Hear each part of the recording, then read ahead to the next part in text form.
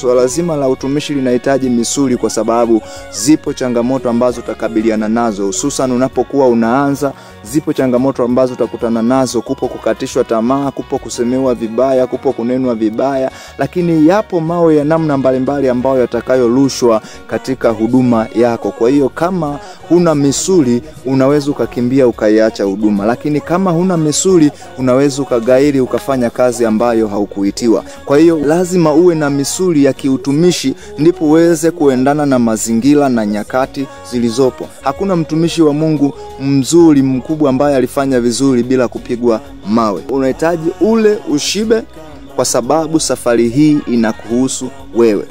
Lakini wale wanaopaswa kukusaidia ndio wa kuangamizao. Kwa hiyo unahitaji kula ili ushibe uweze kukabiliana na changamoto za njiani. Wale wanaopaswa kukusaidia ndio wanao kuangamiza. Kwamba safari ulionayo ya utumishi, kwa jinsi unavyoanza na kuendelea, ujue ya kwamba si kila mtu anaweza kaielewa na kuikubali huduma yako.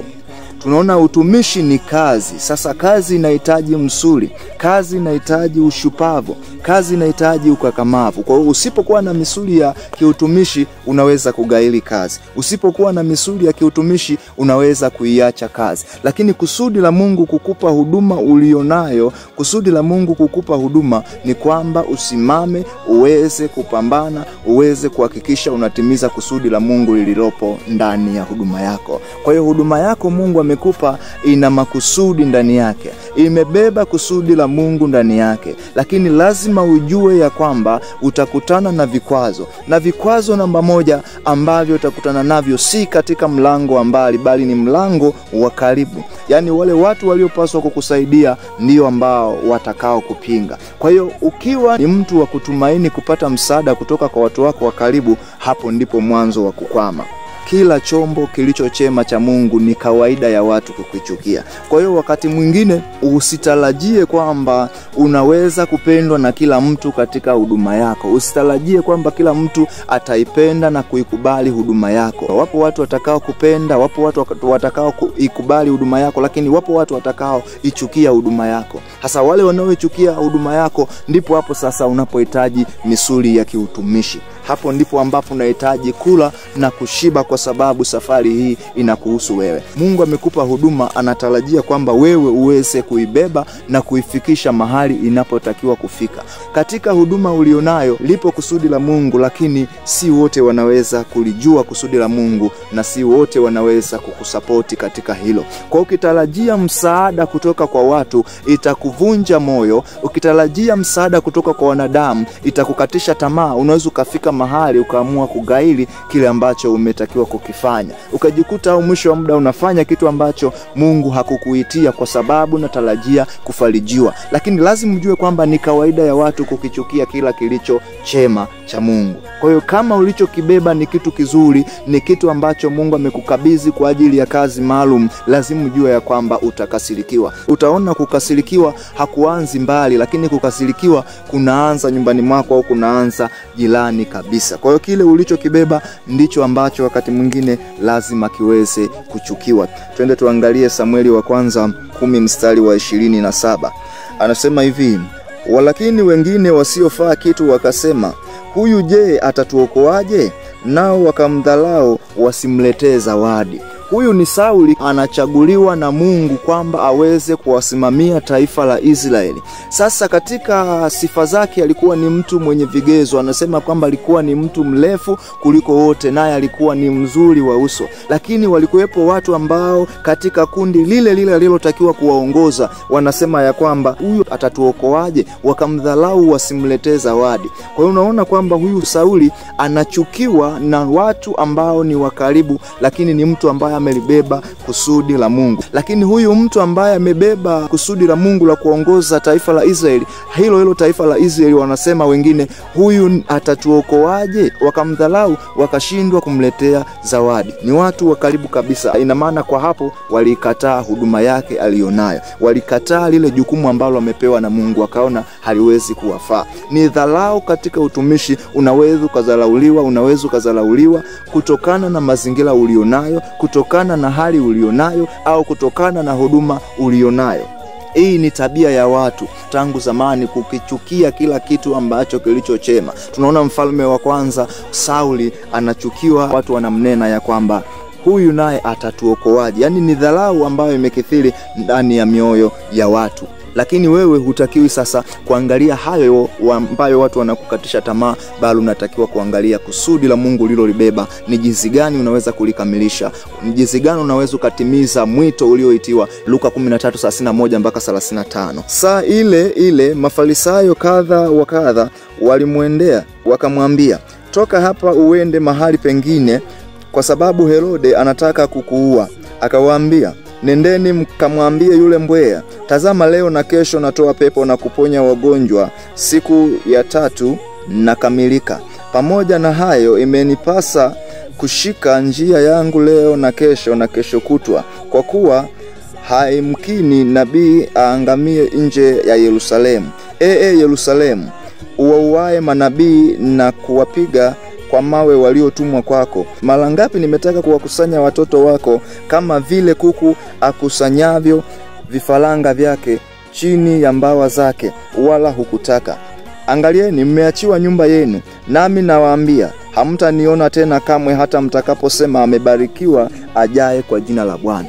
Pale nyuma tumeona tabia ya watu kukichukia kilichochema. Mfalme wa kwanza Sauli anaanza kwa kuchukiwa, watu wanamnena, wanasema ya kwamba huyu naye atatuokoaje, wakamdhalau, wasimletee zawadi. Lakini tunaona Yesu wakati yupo duniani anaendelea kuponya magonjwa, anaponya viwete, anasaidia watu, bado anaambiwa ya kwamba aondoke kwa sababu anataka kuuawa. Sasa tunaangalia huyu mtu anayetaka kumuua ni mfalme Herode ambaye alikuwepo katika mji ule. Sasa anataka kumuua huyu Yesu ambaye anatenda mambo makubwa katika mji wake. Anataka kumuua Yesu ambaye anawaponya wagonjwa wao. Yesu anataka kuuawa kwa sababu ya kile kitu chema alicho nacho. Sasa huyu mfalme ni mtu ambaye alitakiwa kumsaidia huyu Yesu alipokuwa akitenda kazi. Ni mtu ambaye alitakiwa kumsaidia, lakini hamsaidii, badala yake ndiye anakuwa mtu wa kwanza kumwazia mabaya, anataka kumuua. Sasa watu tu wa chini ndio wanamwambia, ondoka Yesu, kwa sababu mfalme anataka kukuangamiza. Sasa uone moyo wa mwanadamu vile ulivyo juu ya kitu chema kilichopo ndani ya mtu kwa ajili ya Mungu. Ndivyo ambavyo ujue na wewe huduma yako haiwezi kukubalika, huduma yako lazima itapingwa, lakini jua kile ambacho umeitiwa katika Mungu uweze kukisimamia kwa uaminifu. Lazima ujue kwamba kupo kukataliwa dhidi ya kile ulichokibeba. Kwa hiyo unapoanza kumtumikia Mungu, usitarajie kwamba watu watakutia moyo, usitarajie kwamba watu watakuunga mkono, usitarajie kwamba watu watakubaliana na kile ambacho unachokifanya. Ni asilimia chache wanaweza kukubali, nao wanaweza kukubali watu wa nje, lakini watu wa nyumbani mwako watakukataa. Sasa tunaona hapa Yesu anakataliwa, anataka kuuawa na mfalme Herode, anataka kuuawa na mfalme kwa sababu tu ya zile kazi njema ambazo alikuwa akizifanya. Sasa unaweza ukaona moyo wa mwanadamu jinsi ambavyo umeikunjia ngumi huduma yako. Kwa hiyo lazima ujue kwamba wapo maadui. Kwa hiyo unahitaji misuli ya kiutumishi ili uweze kushinda mapito ulionayo. Unahitaji misuli ya kiutumishi ili ya kwamba uweze kushinda katika vita ulizonazo. Unahitaji kula ushibe ili uweze kuwa na misuli ya kiutumishi. Bila misuli ya kiutumishi unaweza ukaiacha huduma ulioitiwa. Bila misuli ya kiutumishi unaweza ukabadilisha kusudi la Mungu, ukaenda kufanya maamuzi ya watu, kwa sababu vile ambavyo watu wanavyochukia unachokifanya, na maana kipo kitu ambacho wanatamani ungeweza kukifanya. Sasa lazima ujiadhari katika utumishi wako ulioitiwa, ufanye sawasawa na vile ambavyo Bwana Yesu amekuita. Lazima ujitahidi kwenda na lile kusudi ambalo Mungu ameliweka kwako. Kwa hiyo ni tabia ya watu tangu zamani kuvichukia vyombo vilivyo vyema. Wewe huwezi kuwa wa kwanza. Wakati mwingine wamekukatisha tamaa, wakati mwingine wamekusema vibaya, wakati mwingine wamejaribu hata kufanya vita za namna mbalimbali, ukajaribu kukata tamaa. Lakini usikate tamaa. Ni kitu cha kawaida kabisa katika huduma kuweza kukatishwa tamaa. Ni kitu cha kawaida kabisa katika huduma iliyo njema kuweza kusemwa vibaya. Sasa jitahidi tu kujua lile kusudi ambalo Mungu amekuitia, uweze kulisimamia kwa kikamilifu. Ili ya kwamba uweze kushinda, unahitaji kula ushibe. Ule ushibe, kula ushibe ili ya kwamba usiangushwe vitani. Lakini pia ukiangalia Yohana 15:20 mpaka 26, lakini tutaenda na sura ya 16, tusome mstari wa kwanza na wa pili. Likumbukeni lile neno nililowaambia, Mtumwa si mkubwa kuliko bwana wake. Ikiwa waliniudhi mimi, watawaudhi ninyi. Ikiwa walilishika neno langu, watalishika na lenu. Lakini haya yote watawatenda kwa ajili ya jina langu, kwa kuwa hawamjui yeye aliyenipeleka. Kama nisingalikuja na kusema nao, wasingalikuwa na dhambi. Lakini sasa hawana udhuru kwa dhambi yao. Yeye anichukiaye mimi humchukia na Baba yangu. Kama nisingelitenda kwao kazi asizotenda mtu mwingine, wasingalikuwa na dhambi. Lakini sasa wametuona mimi na Baba yangu na kutuchukia. Lakini litimie lile neno lililoandikwa katika Torati yao, walinichukia bure. Twende sura ya 16 mstari wa kwanza na wa pili. Anasema, maneno hayo nimewaambia msije mkachukizwa. Watawatenga na masinagogi. Naam, saa yaja atakapodhania kila mtu awauae ya kuwa anamtolea Mungu ibada. Kwa hiyo unakuta kwamba Yesu anatoa tahadhari ya kwamba kama walinichukia mimi, msitarajia kwamba nyinyi mnaweza kupendwa. Kama mimi ambaye ni kiongozi wenu nimetendewa hivi, nyinyi wafuasi ambao mtanitumikia msitarajie kwamba mtatendewa mema. Kama wamenitenda hivi mimi niliyekuja kuokoa ulimwengu, ambaye nimekuja kuzichukua dhambi zao, msitarajie nyinyi mtatendewa yaliyo mema. Hayo ni maneno ya Yesu. Vile ambavyo njia aliyoipita, jinsi ambavyo alikataliwa na kutendewa mabaya, ndivyo ambavyo na wewe ambaye unaibeba siri ya hilo jina utatendewa vivyo. Kwa hiyo usitarajie kuweza kutendewa mema katika dunia. Na saa yaja atakapodhani kila mtu awauae ya kuwa anamtolea Mungu ibada. Yaani saa inakuja ambapo mtu anayekuangamiza anadhani yuko sahihi, ndivyo anampendeza Mungu. Kwa hiyo wakati mwingine unaweza kutarajia kwamba huyu mtu au hao wanaonichukia leo wanaweza wakabadilika kesho au kesho kutwa, lakini usitarajie kwamba wanaweza kubadilika kwa sababu wao kwao wanaona wanamtolea Mungu ibada. Kwa hiyo ina maana kama wanaona wanamtolea Mungu ibada, wanaona ni wajibu wao kufanya hivyo kwa ukamilifu kabisa. Kwa hiyo usitarajie kuweza kutiwa moyo, lakini unahitaji nguvu ili uweze kushindana na vipingamizi vya jinsi hiyo. Unahitaji moyo mkuu, unahitaji nguvu kuu ya Mungu iweze kukusaidia katika huduma yako. Kwa hiyo usiangalie watu, usitegemee watu, usitegemee msaada wa watu, usitegemee kutiwa moyo katika kazi ulioitiwa, bali angalia kusudi uliloitiwa uweze kulisimamia na kulitimiliza kwa uaminifu. Ni kawaida ya watu kuchukizwa na kilicho chema. Mika 7 mstari wa 5 mpaka wa 6 anasema hivi: msimwamini rafiki, msimwekee kiongozi tumaini. Ilinde milango ya midomo ya kinywa chako, ili mkeo alalaye kifuani mwako asijue habari. Kwa maana mwana atatoka kushindana na babaye, na binti huondoka ashindane na mamaye, na mwanamke aliyeolewa hushindana na mavyaye. Adui za mtu ni watu wa nyumbani mwake mwenyewe. Kwa hiyo adui hatoki mbali. Adui anatoka katika msingi huo huo ulionao. Yaani wale watu ambao ni wakaribu sana, wale watu ambao unatarajia kabisa kupata msaada. Unajua katika maisha kuna wakati ambapo unaangalia katika watu zaidi ya kumtegemea Mungu. Unaweza kusema katika watu nikipata itirafu au nikiwa na uhitaji, basi mtu huyu na huyu anaweza kanisaidia. Sasa hao watu nao watarajia kwamba wanaweza kukusaidia, ndio wanaweza kugeuka kuwa maadui wakubwa kabisa katika huduma yako. Kwa hiyo usijizoeze sasa kuangalia au kutafuta kupata msaada kwao, lakini kuwa tayari kwa ajili ya kutendewa lolote ambalo wanaweza kukufanyia, kwa sababu adui wa kwanza ni wa nyumbani mwako. Jua hao ambao unaambatana nao, hao unaocheka nao, hao ambao wakati mwingine wanaonekana kama wako pamoja na wewe, wanaweza kukugeuka na kuwa ni maadui zako. Unapojua ya kwamba watu wanaweza kuwa maadui zako, utajipanga na kuwa tayari kuweza kukabiliana na hilo. Lakini wewe usichukizwe na hayo ni mambo ya kawaida. Wakati mwingine inawezekana wamekuuzi na kukutendea mabaya katika huduma yako. Ulipotarajia wakusaidie, wameshindwa. Ulipotarajia wakuombee, wameshindwa. Ulipotarajia wakushauri vizuri, wamekushauri achana na hiyo huduma. Ulipotarajia wakutie moyo, wamekwambia hiyo huduma sio, lakini anza huduma nyingine. Sasa unahitaji nguvu, unahitaji misuli ya kiutumishi ili uweze kusimama, ili uweze kushinda katika vita za namna hiyo. Kwa hiyo kama adui za mtu ni wale wa nyumbani mwake mwenyewe, uwe makini katika hilo.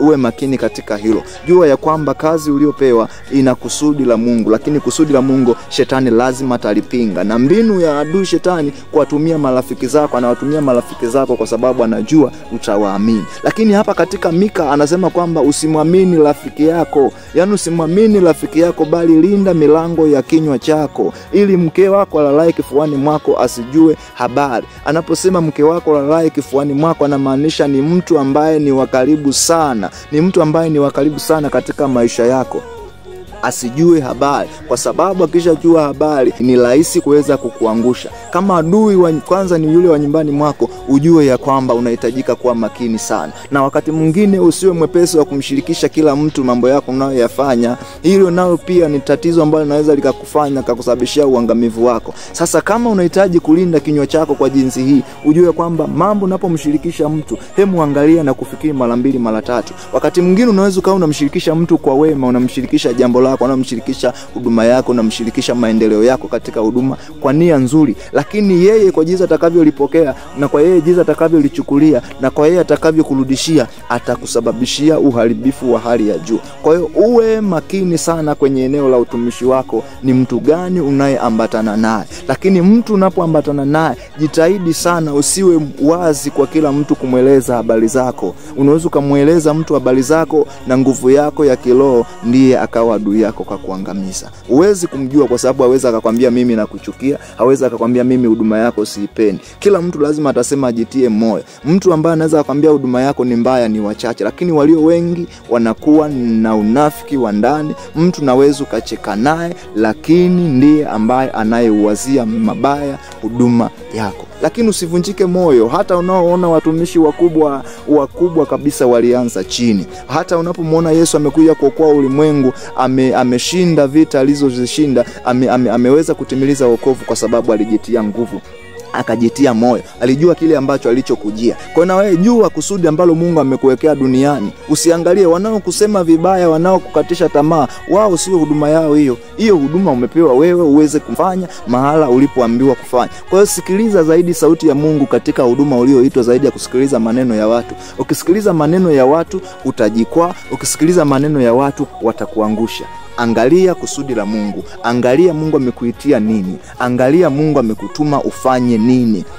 Upinzani upo. Wakati mwingine unaweza ukafika mahali sasa kwa sababu ulitarajia msaada na msaada umekosekana, unakata tamaa na kuiacha kazi, lakini haikupasi kufanya hivyo. Unatakiwa kushinda vishawishi njiani. Hizo ni vita za njiani ambazo unatakiwa kushinda. Lakini tunajifunza kwa habari ya misuli ya kiutumishi. Misuli ya kiutumishi, kula ushibe kwa sababu safari hii inakuhusu wewe. Lakini wale waliopaswa kukusaidia ndio wa kuangamiza. Lazima uweze kulijua hilo, itakusaidia. Ukijua kwamba wale waliopaswa kukusaidia ndio wa kuangamiza, basi utakuwa makini. Luka 9:48-50 anasema hivi, akawaambia, yoyote atakayempokea mtoto huyu kwa jina langu anipokea mimi, na yeyote atakaye nipokea mimi ampokea yeye aliyenituma. Kwa kuwa aliye mdogo miongoni mwenu nyote, huyo ndiye mkubwa. Yohana akajibu akamwambia, Bwana mkubwa, tuliona mtu anatoa pepo kwa jina lako, tukamkataza kwa sababu afuatani na sisi. Yesu akamwambia, msimkataze, kwa kuwa yeyote ambaye si kinyume chenu yu upande wenu. Hawa ni wanafunzi wa Yesu. Sasa angalia, ninapokuambia maadui wa kwanza ni wale wa nyumbani mwako unamotoka, angalia. Hawa ni wanafunzi wa Yesu ambao walikuwa pamoja na Yesu. Lakini walikutana na mtu mmoja na anaifanya kazi ya Mungu, anatoa pepo au anatoa huduma kwa watu wengine. Wakamkataza kwa sababu hafuatani nao. Wanasema kwamba tulimkataza kwa sababu hafuatani nasi. Lakini Yesu anatoa jibu gani? Anasema hapana, mkutakiwa kumkataza kwa sababu yoyote ambaye hayuko kinyume chenu yuko upande wenu. Yaani mtu anayefanya kazi ile kama unayoifanya yuko pamoja na wewe. Hata kama anafanya kazi ambayo ni ipo kwenye kusudi la Mungu, hata kama haiendani na ile unayoifanya wewe, lakini ipo kwenye kusudi la Mungu, huyo yu upande wenu. Kwa hiyo huyu mwanafunzi ambaye anamwambia Yesu kwamba tulikutana na mtu tukamkataza, ina maana tayari alikuwa tanzi kwa yule mtumishi mwenzake ambaye anaifanya kazi ya Mungu. Jua ya kwamba wapo watu ambao wao ni kupoteza muda katika huduma zao. Yaani wao hawayafanyi mambo yao, lakini wapo kwa ajili ya kuangalia leo ni nani anashindwa, leo ni nani anainuka, nani anashindwa. Wengine ndio kazi zao. Wewe jiepushe na mizaa ya jinsi hiyo. Wewe usiwe ni mtu wa kuangalia kwamba leo nani anaanguka, leo nani anainuka, huyu anafanya nini. Hapana, kuwa busy na kazi yako ulioitiwa. Kuwa busy na huduma ulioitiwa. Funga masikio wakati mwingine wa kuongea wataongea. Kama hawa wanafunzi wa Yesu wenyewe wako na Yesu lakini hawajaijua siri ya kutembea na Mungu, wanaanza kwenda kuwazuia watu wengine wasifanye kazi kwa sababu hawafuatani nao. Na ndio maana katika imani ipo mipishano ya namna mbalimbali jinsi ya utendaji wa kazi, lakini kila mmoja alivyoitwa. Kuna mwingine ameitwa fanye kazi hii, kuna mmoja ameitwa kazi hii. Sasa ukitaka kuweza kufananisha kazi yako na mtu mwingine, ndipo unapokuja kushindwa.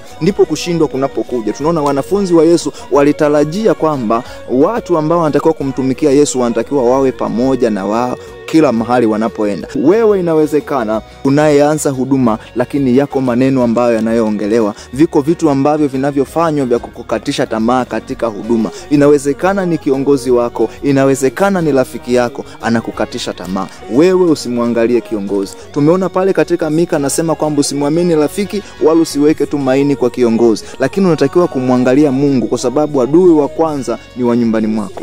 Kwa hiyo unatakiwa kumwangalia Mungu ili uweze kuifanya kazi yako. Ukimwangalia Mungu utashinda vita na vikwazo vyote vilivyowekwa kwenye huduma. Lakini ukiwa na kawaida ya kuangalia watu kwamba wanakupa support gani. Unajua wakati mwingine kwenye huduma mtu anaangalia watu wanaomuunga mkono. Ni nani ananiunga mkono? Ikiwa na huyu haniungi mkono basi siwezi kuendelea. Ikiwa mtu fulani haniungi mkono siwezi kuendelea. Nataka nikwambie kama ukiangalia watu wanaokuunga mkono, kama sipo kuunga mkono hata mtu mmoja, unaliacha kusudi la Mungu. Sasa jiulize, uache kusudi la Mungu kwa sababu ya watu? Petro mahala fulani katika Matendo ya Mitume anasema, je, ni halali tuwasikilize wanadamu kuliko kumsikiliza Mungu? Kwa hiyo unakuta wanadamu walikataa. Wanadamu wanaweza kukataa huduma yako, lakini usiangalie kwa sababu huungwi mkono ukaacha kile ulichoitiwa. Ujue kile ulichoitiwa Mungu anahitaji ujaze pengo sehemu fulani katika ufalme. Ujue kile ulichoitiwa inawezekana wewe unatakiwa ukaokoe watu walioko magharibi. Sasa wewe unasikiliza maneno ambao wapo kaskazini, wakati tabia za kaskazini na mwelekeo wa kaskazini sio sawa na magharibi. Mungu amekupa alichokupa, inawezekana amekupa kwa ajili ya watu wa mahali fulani kutokana na tabia zao walivyoziona, ndio maana amekupa huduma ya jinsi hiyo. Lakini unafika mahali na kukata tamaa eti kwa sababu watu wamesema hivi. Watu, mapokeo ya wanadamu, mapokeo ya watu huwa hayatoshi siku zote. Watu mapokeo yanakuaga yako tofauti siku zote, na siku zote mapokeo ya watu hayaendani na kusudi la Mungu. Na ndio maana sauti ya Mungu ulioisikia unapoitwa ndio unatakiwa kusimamia sana. Zingatia sana sauti ya Mungu iliyokuita kwenye huduma. Cha pili, simamia neno la Mungu kwa ukamilifu. Achana na kuangalia watu wanasemaje. Ukiangalia watu unaweza ukaanguka, na ukishaanguka usifikiri watalia na kusikitika. Ukianguka watakucheka. Yaani sasa hivi katika huduma yako inawezekana umeanza ni huduma tu changa, wanakusema vibaya, utapigwa vita. Ukianguka hata kama umebeba kusudi kubwa namna gani, ukianguka wanadamu hao waliokuwa nakupiga vita ndio watakuwa kwanza kukucheka. Leo hii inawezekana wakati mwingine huduma yako ndio inaanza. Unafika mahali wakati mwingine anasema adui wa kwanza ni wa nyumbani mwako. Wakati mwingine unakuta umejitoa, unaenda labda kwenye stendi za magari au sokoni kuhubiri injili. Unahubiri habari za Yesu na kemea dhambi. Alafu hapo unakutana aidha na kiongozi wako anakuambia hapana, unajua sasa unatakiwa kuwa mstaarabu, maeneo mengine ni maeneo ya watu wengi, kama haya utakiwa kushuhudia au utakiwa kuhubiri injili. Sasa wewe mtu unayesema kwamba niache kuhubiri injili maeneo ya sokoni au maeneo ya wazi kwa sababu watu hawana utulivu, wewe kazi yako ulioitiwa ni ipi? Mimi nimeitwa kwa ajili ya kazi hiyo niweze kufanya mahali hapo. Wewe unayeingilia unamjua aliyenipa kazi. Sasa badala ya mtu huyu kusaidia, ambaye wakati mwingine ni kiongozi wako alitakiwa kusaidia, akutie moyo, endelea kukaza moyo, anakuvunja moyo, anakuambia hapana. Sasa unajua hapo unavuka mpaka katika kuhubiri. Unajua usiwagu unasema sana watu. Wakati mwingine unakutana na mtu anatenda dhambi, anafanya mambo yasiyofaa, unamkemea kwa nguvu zote kwamba hapana, ile jambo alifanya. Lakini unapokemea ukweli mtu mwingine, unakuta tena wakati mwingine ni mtumishi mwenzako anakuja na kukwambia bwana, sasa unajua hapa panahitaji hekima, unajua hekima ya kimungu. Hakuna hekima katika dhambi. Dhambi ni dhambi, acha dhambi basi. hakuna cha hekima. Sasa huyu mtu unakuta anayekuja kuanza kukwambia unajua mtu wa Mungu inatakiwa hekima, unakuta si mtu anayetoka nje, lakini ni mtu ambaye yuko ndani, uko naye katika kusudi la Mungu. Anakwambia kwamba nitakiwa mtu wa Mungu uwe na hekima. Sasa huku ni kuvunjana moyo, ni kukatishana tamaa katika huduma. Sisi sote kila mmoja asimamie kusudi aliloitiwa na Mungu.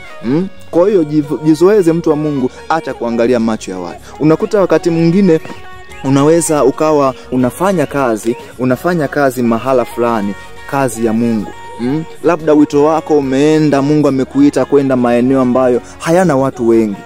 Leo kumekuwa na kila moja kuna namna anapenda watu, kutokana na kupenda fedha leo wanachagua maeneo ya kufanya huduma. Mungu anamuita, anahitaji labda aende eneo ambalo lina watu wachache, mtu anatamani kwenda la watu wengi. Au Mungu amemuita mtu anahitaji aende eneo la watu wengi, yeye anakimbilia kwenda kwenye watu wachache kwa sababu ya tamaa ya fedha na mali, au kwa sababu ya kuhofia watu. Unakuta wakati mwingine pengine mtu wa Mungu umeitwa kwa ajili ya kwenda eneo la mbali na mji, sehemu ambayo ina watu wachache. Sasa huyu mtumishi mwenzako ndo anakuwa wa kwanza kuinuka. Mtumishi mwenzako ndo anakuwa wa kwanza kuinuka kuja kuambia, sasa unajua mtu wa Mungu, huku mmekuja ni polini, watu wenyewe wachache tu huku. Unajua kazi ukitaka iende vizuri, unatakiwa uwe eneo la mjini. Sasa unatakiwa uwepo eneo la mjini. Kama wito wangu ni hapa, niendeje mjini wakati sio wito wangu? Wakati mwingine mtu mwingine uko mjini kwa sababu wito wako ndio uko hapa, lakini anakuja mtu mwingine anakuambia, unajua mjini hapa tayari tupo watumishi wengi, kwa hiyo ninafikiri wewe ungeenda kijijini. Sasa usipojua, unaweza kaacha position ambayo umepewa na Mungu na kusimama position nyingine. Sasa kumbuka, unapoliacha kusudi la Mungu alilokuitia, unapoacha njia ambayo Mungu alikupa, unapoacha ule mlango ambao Mungu alikufungulia, unaenda kwenye mlango mwingine, hapo unafanya mapenzi yako. Unaifanya kazi ya Mungu lakini ndani ya mapenzi yako mwenyewe. Sasa jitahidi katika wito au katika huduma yako utembee katika kusudi na maagizo ya Mungu. Hiyo ndio huduma inakuwa iko vizuri. Ukitembea katika kusudi la Mungu, ukitembea katika maagizo ya Mungu, utaweza kuifanya kazi yako vizuri. Kwa hiyo jiepushe, maadui wako wengi sana njiani. Ni kawaida ya watu kukichukia kila kilicho chema. Yaani hata ujitahidi ufanye vizuri vipi, lazima unakutana na upinzani. Lazima unakutana na watu wa karibu kabisa wanakukatisha tamaa. Wanakuambia hii ndugu mpendwa, hii mpendwa haiwezekani. Wakati mwingine umeamua kusimama na imani, umwangalie Mungu katika tatizo lako, ukasema sasa nimeona msaada wa watu haupo, nitamtegemea tu Mungu. Lakini mpendwa mwenzako au mwenzako kabisa, mtu wa karibu, ndio anakuwa kwanza kukatisha tamaa. Anakuambia unajua sasa Mungu siwagu naamini sana, kuna vitu vingine unatakiwa mwenyewe ujitahidi hivi na hivi. Sasa niache kumwamini Mungu, nianze kujisimamia mwenyewe. Hivi unachonishauri ni sawa? Yaani uache njia ambayo uliopewa ya kusimamia, alafu uanze kusimama katika mapenzi ya watu. Achana na kusikiliza mambo ya watu. Kwa hiyo hivyo ndivyo ambavyo watu wanaweza kukuvunja moyo sana sana. Lakini pia ukiangalia katika Mathayo 13:54 mpaka 58, tunaona pale anasema hivi, na alipofika nchi yake akawafundisha katika sinagogi lao, hata wakashangaa wakasema, huyu amepata wapi hekima hii na miujiza hii? Huyu si mwana wa Selemala? Mamaye si yeye aitwaye Mariamu? Na nduguze si Yakobo na Yusufu na Simoni na Yuda? Na maumbu yake wote hawapo hapa petu? Basi huyu amepata wapi haya yote? Wakachukizwa naye. Yesu akawaambia, nabii hakosi kupata heshima isipokuwa katika nchi yake na nyumbani mwake mwenyewe. Wala hakufanya miujiza mingi huko kwa sababu ya kutokuamini kwao. Sasa unamuona Yesu jinsi mazingira ambavyo aliyokuwa na kufanya huduma yake, jinsi ilivyokuwa ni ngumu maeneo ya nyumbani. Ni kweli wanamjua, lakini wanaingiza mazoea mpaka kwenye kazi ya Mungu. Wanasema huyu si mtoto wa fulani, huyu si Selemala mtoto wa Selemala, na mama yake si Mariamu, baba yake si Selemala, ndugu zake si huyu na huyu. Amepata wapi haya? Anasema wakachukizwa naye kwa sababu ya yale ambayo walioyafikiri wao, wakachukizwa naye. Na Yesu akufanya mambo makubwa katika mji wao, akawaacha akaondoka zake, akawaacha akaondoka. Kwa hiyo wewe nawe ndivyo ambavyo watu wanaweza wakakuchambua wanaweza akakuchambua katika huduma yako, huyu naye yuko hivi. Wengine watakwambia kabisa kwamba bwana, sisi tunaona katika njia unayoiendea wewe swala la kuwa mchungaji haiwezekani, au swala la wewe kuwa mchungaji ni kitu ambacho tunakushauri uache, au tunaona wewe kuwa mtumishi wa Mungu katika eneo lilopo, tunaona hiyo huduma haitawezekana, hiyo huduma ni ngumu sana, uiache, ungefanya hivi na hivi na hivi. Yani kuna walimu mbalimbali katika huduma za watu. Katika huduma yako utajipatia walimu ambao watajaribu kukufundisha namna ya kufanya. Sasa wengine wanaweza kukwambia wazi, wengine watasema maneno ya chini chini. Sasa yanapomfikia mtu mwingine, wakati mwingine nakata tamaa na kuona kama wananisema hivi, kama wanasema hivi, basi siwezi kuendelea. Hapana, simamia kile ulichoitiwa, simama katika nafasi hiyo ambayo umepewa.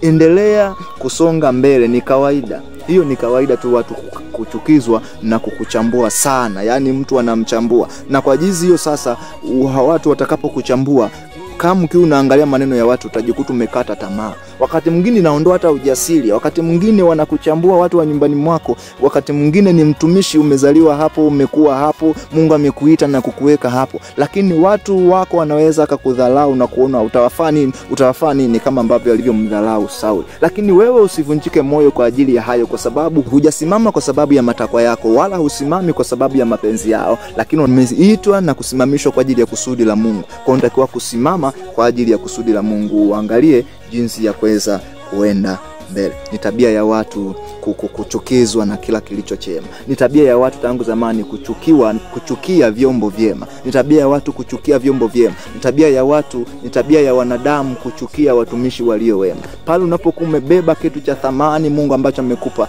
jua ya kwamba ni watu watakuchukia tu. Kama walimchukia Yesu, sembuse na wewe ni nani? Lazima utachukiwa tu. Usitegemee kutiwa moyo na watu, bali simamia mwenyewe kile ambacho umeitiwa. Wewe simama na kukilinda kile ulichopewa. Usiangalie kukatishwa tamaa kwa watu, bali wewe simamia na kukitunza kile ulichopewa. Huduma yako uliyopewa inahitajika kulindwa. Usipolinda inaweza kanyang'anywa. Usipolinda inawezi kaanguka. Usipoilinda huduma yako inawezi kaharibiwa, kwa sababu adui shetani anaitolea macho kila siku. Wakati mwingine Yesu anaambiwa kwamba mambo haya ameyapata wapi? Yaani unajua wakati mwingine unaweza ukawa unaanza umemtafuta Mungu kwa bidii kwa viwango vya juu, lakini unaanza tu chini, hujatambulikana vizuri. Alafu Mungu yatokea anafanya mambo makubwa kupitia wewe. Tale wanaanza. Katoto kameanza huduma tu jana, sasa inakuwaje sisi ni wazee katika imani, Mungu asitutumie sisi, anaenda kuwatumia hata watumiaje wadogo. Hao ndo sio watumishi wa Mungu, ndo watumishi fake, hao ndo wanaibukaga. Unajua Mungu lazima aende taratibu sana. Hapana, Mungu usimkalili. Sasa unatakiwa kusimama na kile ambacho umepewa wewe. Wakukatisha tamaa watakuwepo tu. Inawezekana wewe ongeza juhudi. Inawezekana kwa sababu unamtafuta Mungu kwa kiwango cha juu, Mungu atasimama na wewe kwa nguvu kubwa na watu watakusema vibaya. Sasa unatakiwa kukisimamia na kukilinda kile ambacho Mungu amekupa. Unatakiwa kusimamia na kukilinda kile ulichopewa, kwa sababu wewe ndiwe utakayesimama na kutoa hesabu mbele za Bwana juu ya hicho alichokukabidhi. Unatakiwa kusimamia na kukilinda vizuri kile ulichopewa na Bwana, kwa sababu wewe ndiye utakayesimama kutoa hesabu mbele za Bwana. Kwa hiyo hao ambao unaona wanaopingana na wewe, hao wanaoshindana na wewe, hautasimama nao kutoa hesabu. Wao wanaya kwao na wewe unaya kwako. Utatoa hesabu gani juu ya huduma ambayo Bwana amekupa? Kwa hiyo lazima jizoeze kusimamia kile ambacho umepewa. Unatakiwa kujizoeza, unatakiwa kusimamia na kukilinda kile ulichopewa, ukijua ya kwamba wewe utasimama mbele za Bwana kutoa hesabu sawa na ulivyopewa. Ulivyokuwa peke yako, hamkuwa wawili na hao wanaokushawishi. Ulikuwa peke yako na maelekezo ulipewa wewe. Kama usipotenda sawa na ulivyoagizwa, utaulizwa wewe. Kwa hiyo jihadhari na sumu ya maneno ya watu, sumu ya mawazo ya watu, sumu ya mchango wa watu katika huduma yako. unatakiwa kuwa makini. Ujihadhari isikuangushe ikakuondoa kwenye kusudi la Mungu ambalo umeitwa kulitumikia. Wewe usiku na mchana, asubuhi na mchana, tafakari kwa habari ya huduma yako kuliko kutafakari habari za huduma za wengine. Ukitafakari huduma yako itakupa wepesi wa kusogea mbele kumtafuta Mungu kwa ajili ya huduma yako kuliko kukaa unafikiri na kuongelea kwa habari ya huduma za wengine. Hata kama watu watakusema, hata kama watu watakaa na kujadili kwa habari ya huduma yako, wewe waache, hao ni wapoteza muda kama wapoteza muda wengine. Simamia kile ambacho Mungu amekiweka kwako, kwa sababu ndiwe utasimama na kutoa ripoti kwa Bwana kwamba umetenda nini. Twende tuangalie maandiko, Mathayo 25:14-30. Maana ni mfano wa mtu atakaye kusafiri, aliwaita watumwa wake, akaweka kwao mali yake. Akampa mmoja talanta 5, na mmoja talanta 2, na mmoja talanta 1, kila mtu kwa kadri ya uwezo wake. Akasafiri. Mara yule aliyepokea talanta 5 akaenda akafanya biashara nazo, akachuma faida talanta nyingine 5. Vile vile na yule mwenye talanta 2, yeye naye akachuma nyingine 2 faida. Lakini yule aliyepokea moja alikwenda akaificha chini, akaificha fedha ya bwana wake. Baada ya siku nyingi akaja bwana wa watumwa wale, akafanya hesabu nao. Akaja yule aliyepokea talanta 5, akaleta talanta nyingine 5 akisema, Bwana, uliweka kwangu talanta 5, tazama talanta nyingine 5 nilizopata faida. Bwana wake akamwambia, vema mtumwa mwema na mwaminifu, ulikuwa mwaminifu kwa machache, nitakuweka juu ya mengi. Ingia katika furaha ya bwana wako. Akaja yule aliyepokea talanta 2, akasema, Bwana, uliweka kwangu talanta 2, tazama talanta nyingine 2 nilizopata faida. Bwana wake akamwambia, vema mtumwa mwema na mwaminifu, ulikuwa mwaminifu kwa machache, nitakuweka juu ya mengi. Ingia katika furaha ya bwana wako. Akaja na yule aliyepokea talanta 1, akasema, Bwana, nilitambua ya kuwa wewe mtu mgumu, wavuna usipopanda, wakusanya usipotawanya. Basi nikaogopa, nikaenda nikaificha talanta yako katika ardhi. Tazama, unayo iliyo yako. Bwana wake akajibu akamwambia, wewe mtumwa mbaya na mlegevu, ulijua ya kuwa navuna nisipopanda na kusanya nisipotawanya. Basi ilikupasa kuiweka fedha yangu kwa watoao riba, nami nikija ningalipata iliyo yangu na faida yake.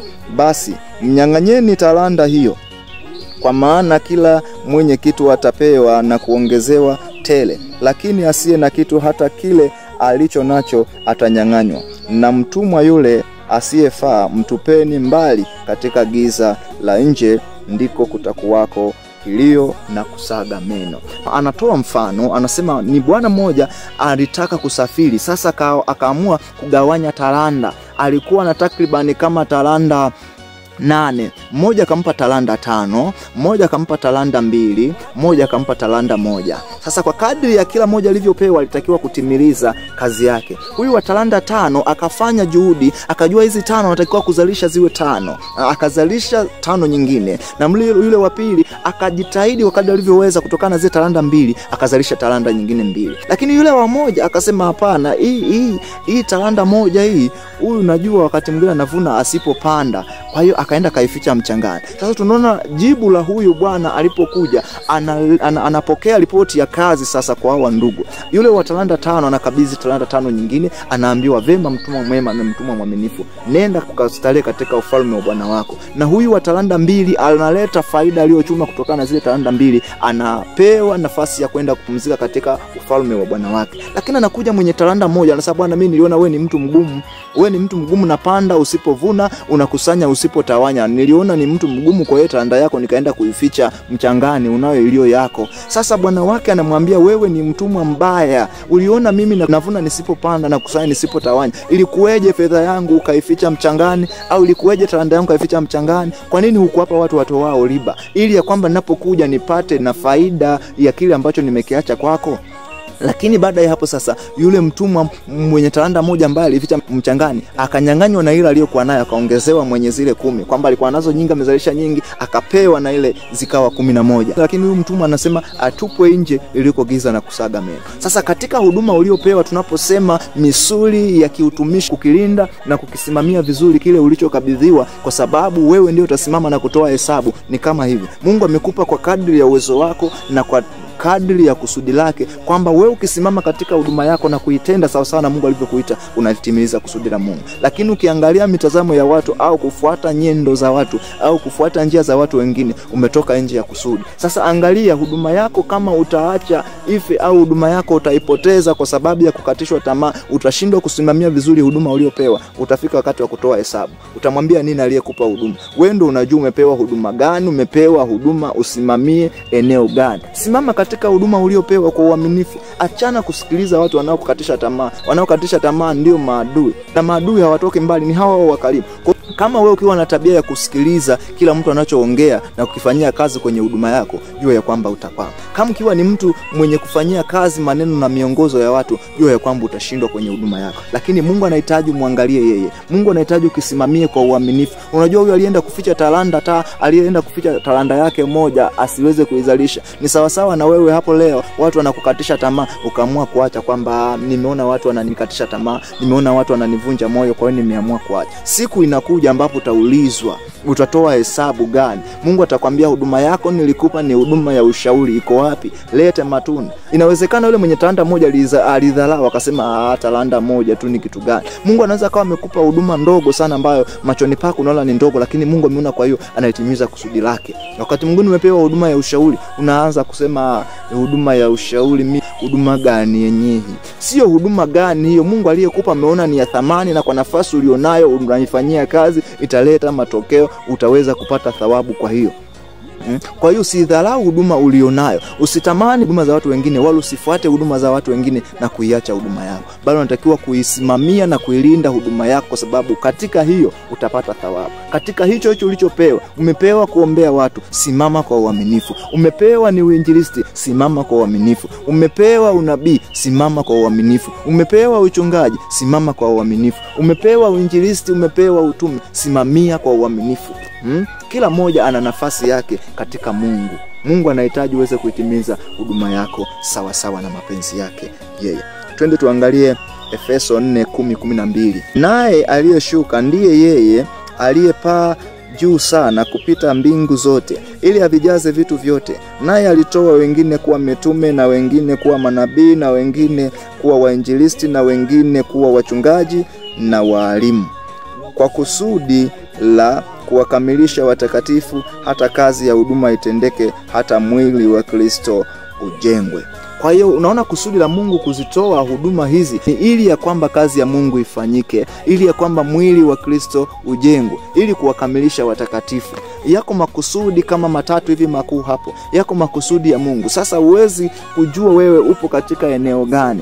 Huduma yako ni kiungo katika mwili wa Kristo. Sasa unaposhindwa au unapokata tamaa kwa sababu ya maneno ya watu, ujue ya kwamba unakwamisha kusudi la Mungu. Lakini usikubali kuacha kile ambacho ulichokabidhiwa kwa sababu ya maneno ya watu. Simamia katika hiyo, ujue kwamba ndipo kusudi la Mungu linakwenda kutimia katika watu wake. Usiangalie faida yako wewe, angalia kusudi la Mungu, kwamba Mungu anajua aliyekupa huduma, anajua kwa nini amekupa huduma hiyo. Timotheo wa 2:4-5.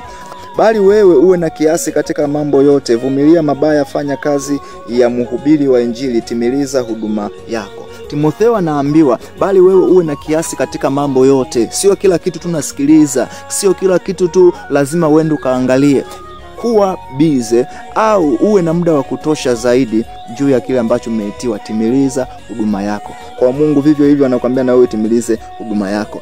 Twende tuangalie pia Ufunuo 2:13. Napajua ukaapo ndipo penye kiti cha enzi cha Shetani, nawe walishika sana jina langu, wala hukuikana imani yangu, hata katika siku za Antipa shahidi wangu mwaminifu wangu, aliyeuawa kati yenu, hapo akaapo Shetani. Anaujua uaminifu wako.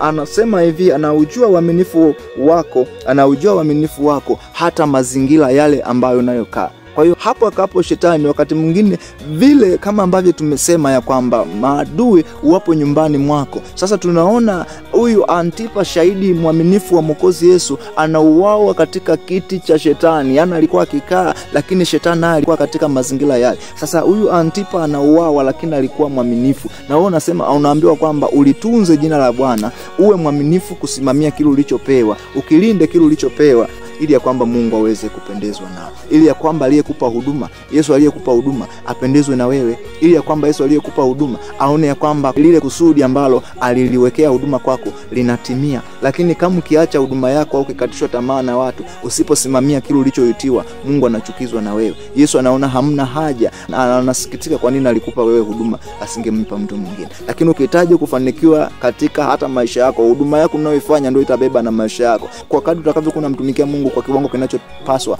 ndivyo Mungu aweze kuacha katika maisha yako. Si kwamba utalala na njaa. Inawezekana umelala na njaa siku moja, utalala na njaa siku mbili, lakini vumilia mateso, kwa sababu safari ya utumishi ni pamoja na mapito magumu. Kwa hiyo vumilia mateso, uwe mwaminifu kulituza jina la Bwana. Angalia njia unayoipita uweze kupita mapito ambayo yanayofaa, yanayompendeza Mungu. Kwa hiyo hapo tunaona huyu Antipa, shahidi mwaminifu wa Kristo, aliweza kuuawa. Alikuwa yuko radhi kufa, lakini kuwa mwaminifu, alikuwa mwaminifu katika makusudi ya Mungu. Leo wakati mwingine usifike mahali na kukata tamaa kwa sababu watu wamekutishia, hivi na hivi na hivi. Wakati mwingine katika mazingira yako unayofanya utumishi, Mungu amekuita, Mungu amekutuma mahala fulani, lakini katika mazingira unayofanyia kazi ni magumu kiasi ambacho unatishiwa, au wakati mwingine unanenewa maneno mabaya, lakini bado utakiwi kuacha. Hiyo ni huduma ambayo Mungu amekukabidhi, na hilo ndio eneo sahihi ambalo Mungu amekuweka. Mungu anapokuwa amekuweka, pamoja na changamoto unazokabiliana nazo au pamoja na changamoto zilizopo, bado Mungu anajua mlango wa kukutolea, atakutolea wapi. Sasa ukiacha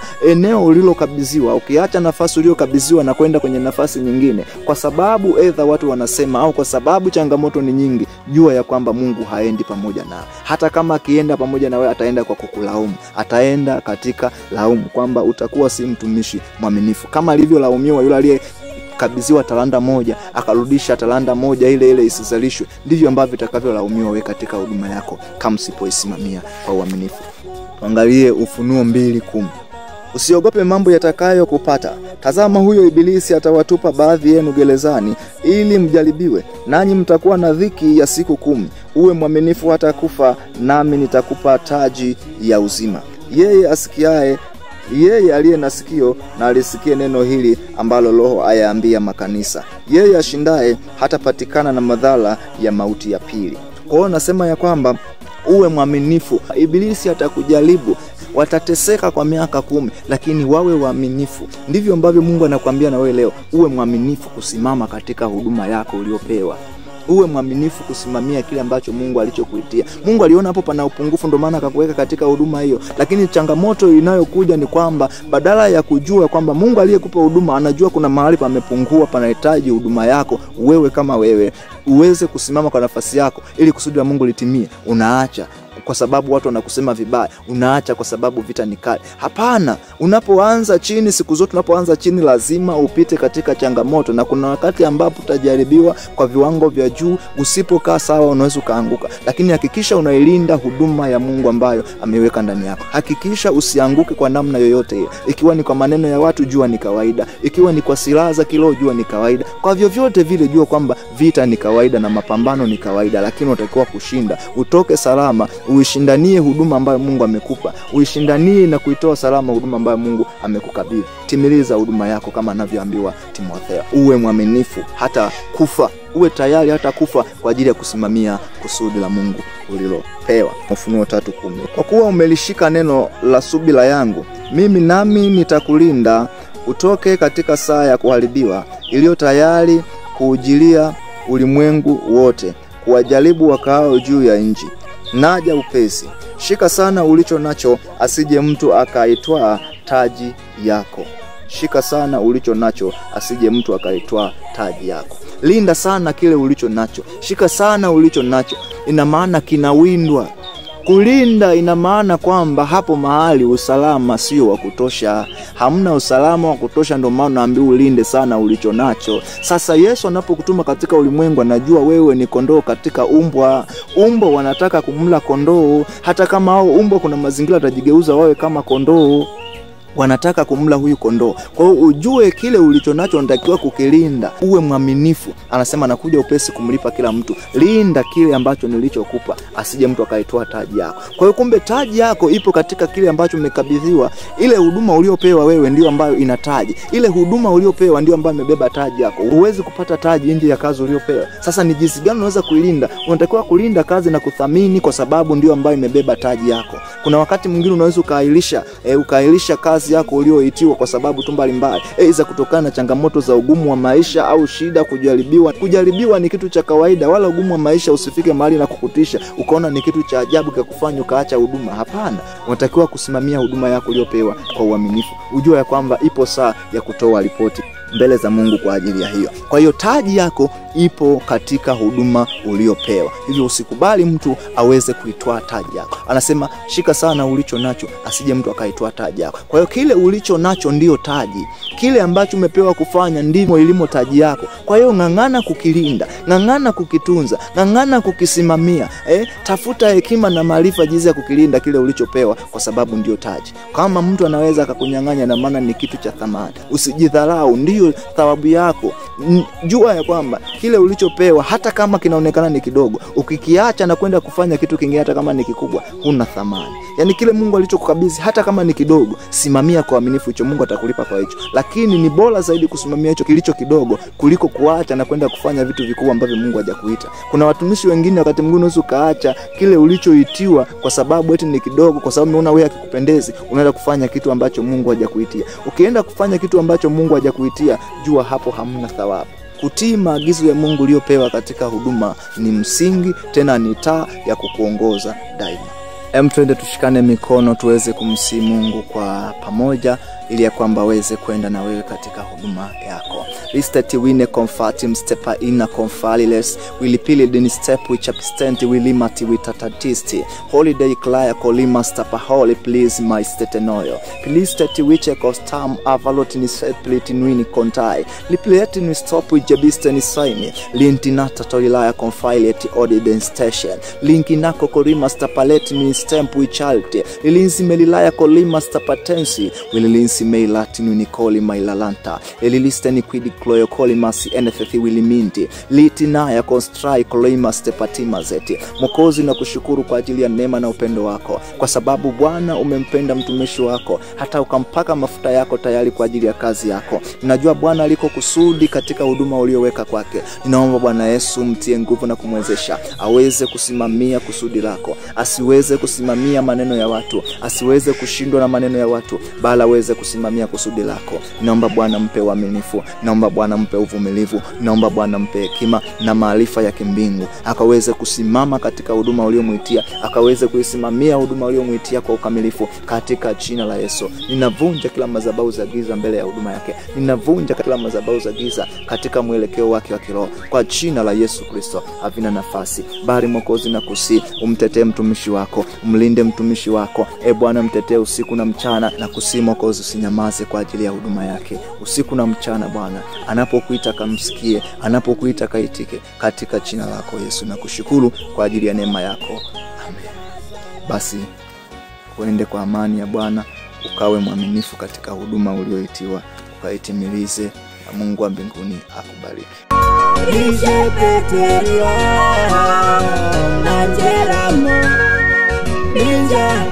Minja ulupasa lakinde Roboshende naita Ulumanzi ya konja Yama itete Rishima itete Naiwe Aya naiwe